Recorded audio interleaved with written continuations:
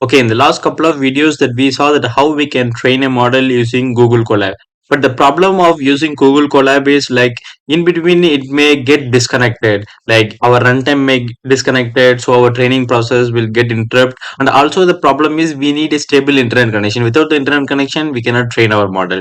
So in this video, we will see that how we can train our model using this RVC GUI that we did in our local installation video. I will give the link in the description. If you didn't watch that video, please watch that video and install this RVC in your local system. Okay, after installing this RVC in your local system, just run the goweb.bat file so that you can open this RVC GUI. Okay, once you open this RVC GUI, you can see many things. This model inference is the one that we used in our first video. Actually, we used this part to convert one person voice to someone else voice using the pre-trained model. So if you want to train your own model, then you need to come to this part. Here it says train, right? You need to come here. Okay, here the first thing it is asking is that it is asking for the experiment name. We can keep any name we want, and today I'm going to train Neil Tyson model again because I already have the data set for Neil Tyson. So I'm just keeping the name as Neil. You can keep any name you want; it will not affect anything. The second thing that we need to consider is the sample rate.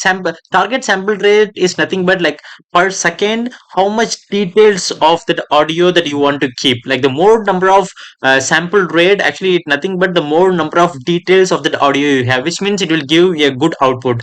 But the standard value for just a speech is 40k. So if your audio contains just only a speech, then you can just keep 40k, or you can just go for 48 and see how the output change. But I don't think the output will be changed from 40 to 40k because the audio sample that we are giving, it just contain only a speech, so it does not record much detail. But you need to remember one thing: the more number of target sample means the size will increase, the size of your model and size of your index things, everything will get increased. So I recommend just you can keep it 40k, but if you want you can go 48 and you can see how it differs.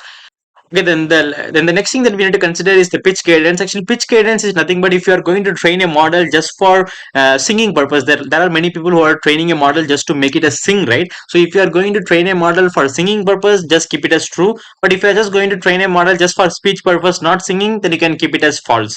Okay, but you can realize one thing, like when I'm just giving it as true here, this thing is coming here, and when I'm just giving as false, these things disappear. Actually, when you're creating a model for singing, actually you need a pitch extraction algorithm, and since it is a tutorial video, so I'm just keeping it as true so that we can consider how we can also tweak this parameter to get a better result.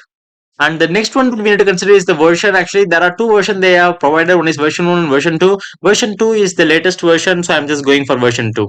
Okay, the next thing that we need to consider is the number of CPU process for pitch extraction. Okay, we are going to do pitch extraction, but this pitch extraction, how many number of CPU process need to take per second? Actually, for this you need to consider how much number of threads are available in your system, like how many number of. Okay, for this you need to consider how many number of threads can be handled by your system. To find that, just go to the taskbar and here you just click right click and you will see task manager. So go to task manager, and in task manager go to the next one, that is performance, and click for CPU because it is as per CPU process, right? So click for CPU. Here you can see logical processor. Actually, logical processor are nothing but threads. So we need to consider how many logical processor we have. Okay, I have 16 logical processor, so I can keep it as 16 or less than 16. Okay, for example, if your system has only 8 threads, I mean 8 logical processor, then if you are keeping more than 8, then the system cannot handle the training process and it will get stopped in between, and it will like this GUI will get hang and you need to restart the GUI. So the best thing is you need to always keep it as equal to your logical processor or less than that logical processor.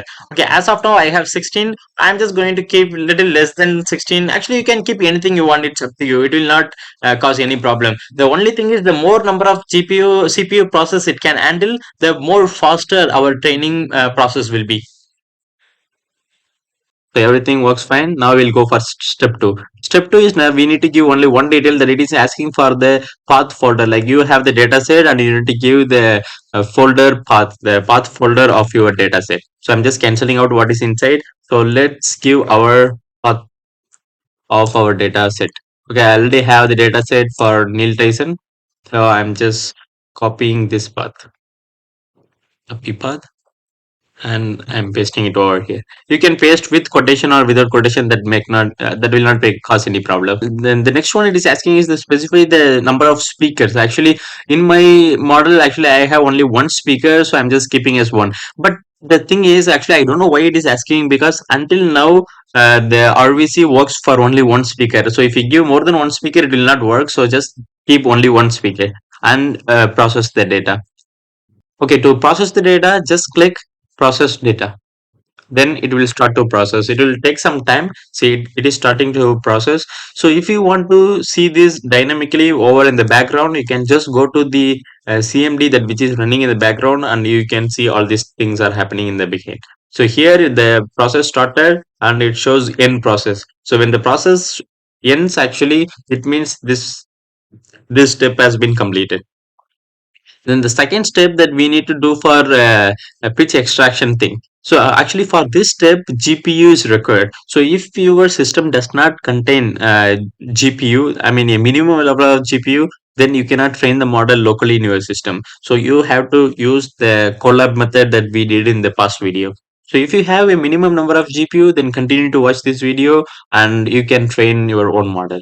Okay, here I have a GPU and it already pre-selected my GPU, so you don't need to change anything. But if you have like multiple GPU in your system, then it will show like different kind of GPU here, and you need to choose whether it is zero means the first one or one means the next one. So like that you have to choose. I have only one GPU in my system and it got selected already, so I don't need to change anything.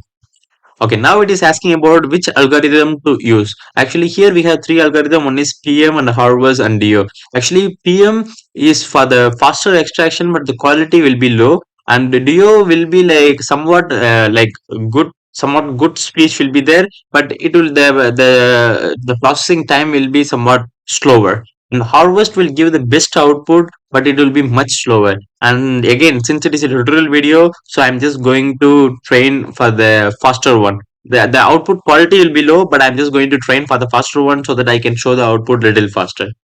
Then just give future extraction. Now it is starting to extract. Actually what it will do is it will convert all my all my mp3 file into wave file format, and also it will extract some feature from that. So you can see in the background, actually it is converting all my mp3 file into a wave file. So let's wait for it to complete.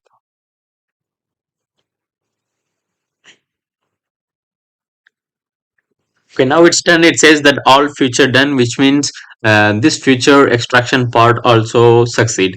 Then the last part, that the final part that we have to do is the training process. So this is the training process that we have to do. If you watch the second video that I have posted about how to train our custom model, I will give the link in the description. That if you watch that video, then this video will be like more easier, because all these parameters that we have already discussed in that video. Okay, the first thing that we have to concentrate is the total training epochs, like how many number of times that you want to train your model. Actually, since it is a tutorial video, so I'm just going to train only for 50 epochs, not more than that. So, but for the ideal output, for the good output, at least we need to train until 250 to 300. But since it is like in my own system, actually it will be much slower than the Google Colab version. So I'm just training only for 50 epochs. Uh, and the save frequency is nothing but how many number of for how many number of epochs you want to save the model. So here I'm just going to give 25. I'm going to train 50 epochs. So for every 25 epochs, so it will save 25 and it will save 50 epochs model. So it will save my model two times. Because in between, if my system got crashed or something happened, then I can at least use the 25th model instead of 50. And here it is asking about batch per GPU, which means like how many batch I'm going to train my audio, right? Batch is nothing but the combination of audio, like how many set of audio I want to keep in each training process. When you are increasing this batch size, actually the GP will take lot of audio into a single batch and it will try to train, which means the training speed will be much faster. But the problem is you need to always keep according to your GPU memory. Actually, I have only 4 GB GPU. So if I keep 40 batches, then for sure the memory will be full and my processing will stop, my training will stop in between, and my the GUI will get crash. So what I'm going to do is I'm just going to keep as the minimum. I'll just keep only 4. But even see this you can do by trial and error. You can just keep 4. If still it is like cutting off in between, or in between if it is crashing or showing some error, then you can reduce it like to 3, 2, or keep it as 1. That is the minimum. So even if it is not handling even one batch, then go here and try to reduce the number of CPU processor also, then it will work fine. So even if it is not working fine with the lower number of CPU and lower number of GPU, which means your system is not okay to handle this training process locally, so you have to use the Google Colab online. Okay, and this one is asking about whether you want to save disk. Actually, if you want to save disk space, then keep it as yes. Like this also is to save the GPU memory. Actually, if your training data set has less than 10-minute audio, then you can just keep it as yes, so that it will save your GPU memory. Actually, I have more than 10-minute audio, so I'm just keeping as no. Okay, then this is the final one. Actually, this one and this save frequency both are connected. Actually, we kept it as 25, right? Now it is saying that whether we need to store for each 25 epoch or not. So you need to keep yes. Actually, when you keep yes only, this thing will work. If you are keeping no, then this save frequency will not work. This save frequency is to set how many number of epochs you want to save, and this yes is the giving permission for this one. Okay, done. So we have set everything, and this one only to change. So first we need to train the index file. So I'm just going to train the index file background, but here I can see that it already created index file. See, it says the dot index. So if you want to see where it stores, you just go to that RVC beta folder, go to log folder. I set the name as Neil, and it created a folder with the same name. So if when you go inside here, you can see there are two index file as usual that we did in the collab thing. It is like it has two index. One is added index and train index. So this is the index file that we will use to train our model. So our index file is created successfully. Now we need to create the model file. So for that, just go and click train model.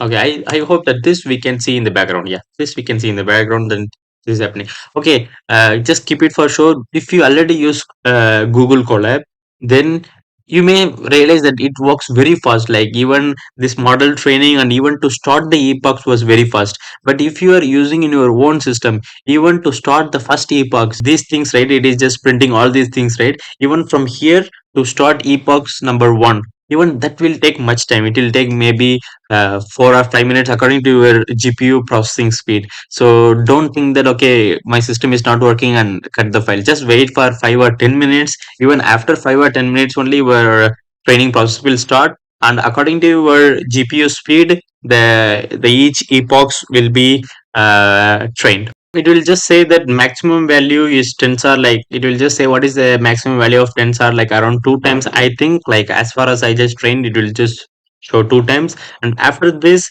maybe in few minutes it will start your epochs. Meanwhile, what we can do is you just go to your task manager. Okay, I'm just making it full screen and go to performance again. And here you can see that it is using your memory. See, actually it is using my memory. And also if you go to GPU, you can see that even my GPU also is being used. See it is using actually my 4 GB GPU memory. It is just using my complete memory of my GPU. And also it is using my normal memory. It is using my normal memory as for 15 GB.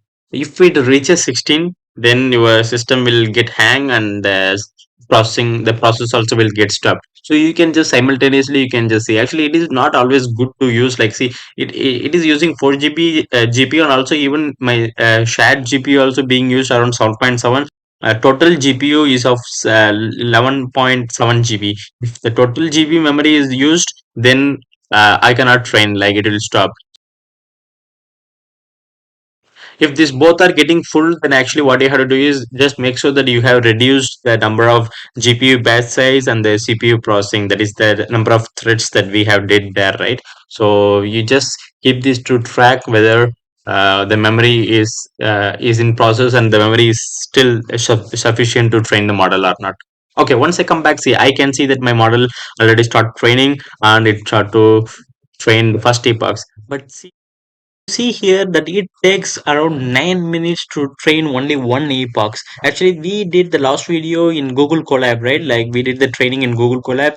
My Google Colab, like for the same data set, it took 45 seconds to train one epoch. So it seems like around my system is around 15 times slower in training process. It also, there are many reasons. It's not only because my GPU is less. I have only 4 GB GPU. It's not only because of 4 GB GPU, but it is also because like maybe I give little less GPU batch size, and also I give maybe little less CPU process. Maybe I can increase that both. Instead of giving, I gave 11 CPU processor, right? I can just maybe increase to 16, and I can increase my GPU batch size from 4 to 6 or 4 to 8, so I can like increase the speed. Actually, when we are increasing the both of these two parameters, actually it will increase the speed, the training speed. So you can just tweak the parameter. You can just little adjust the parameter according to your adjustment. You can see like how the model training differs. But I know Google Colab will be faster because the GPU processing speed in Google Colab is much faster. So if you are going to train, like if you are having very less number of GPU, then if you want to train, then I will recommend to use Google Colab. If you want to train without internet or some other reason, if you want to train your system, then you can try this method. I now my training process is over. That the Chinese thing it says is like the training is over. So how to find the file that it is created? Like further, let's go back to the RVC beta folder and just go inside the wait. And here we can see that yeah, it created the 25th epoch model and also it created the 50th epoch model. And this nil the dot pth is the final, which means it will store the 50th epoch over here. So this file and the just nil.pth file, both are same. Okay, to convert the audio using the model that we have trained, just go back to this one and we trained it here, right? Just go to the model inference where we can train our voice and press refresh voice list and index path. And here when you open, you can see all the model that is stored there. We are going to use 50th epoch, so I'm just keeping 50th epoch. And in index file, we can see that index file is already showing. You don't need to change anything, like already it will show it in a proper location. And we need to tweak all these parameters that I already in the first video I shared how to tweak all these parameters. Anyway, I'm going to give the path of the audio that I'm going to convert that I already created over here. That is inside YouTube RVC. Yeah, this test file. So I'm copying this path and paste it here. And I'm going to tube the parameter. Okay.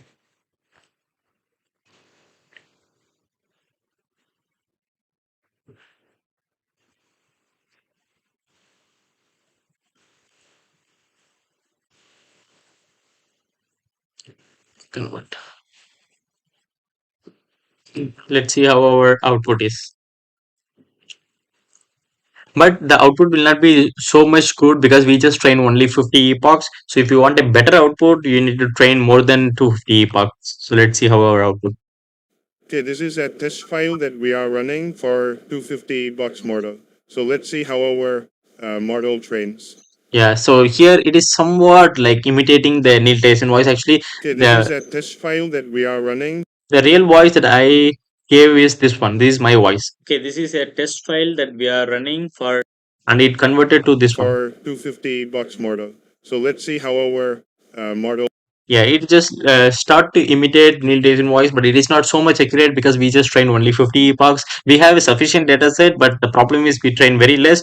But if you want more, you have to train a lot. You need to train around 250 to 300 epochs. But if you are training 250 to 300 epochs, for sure it will take around 12 to 12 hours to 1 day. So you have to keep your own system over there and you need to train. Like you just train in the morning and you will get the output in the evening. So it's also according to your GPU speed. If you have a faster GPU speed, you can train it more faster. Anyway, if this is not working, like if it is showing some error, remember to reduce this number of process CPU processor, and to reduce this batch per size. So by reducing these two things, you can like still train even when you are having a very little amount of GPU.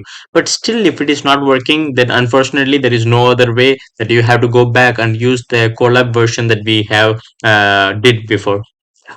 So this is the way that we can train our model locally in our own system. So if you have any doubt, just post it in the command, then I will try to give the solution that how we can fix those error.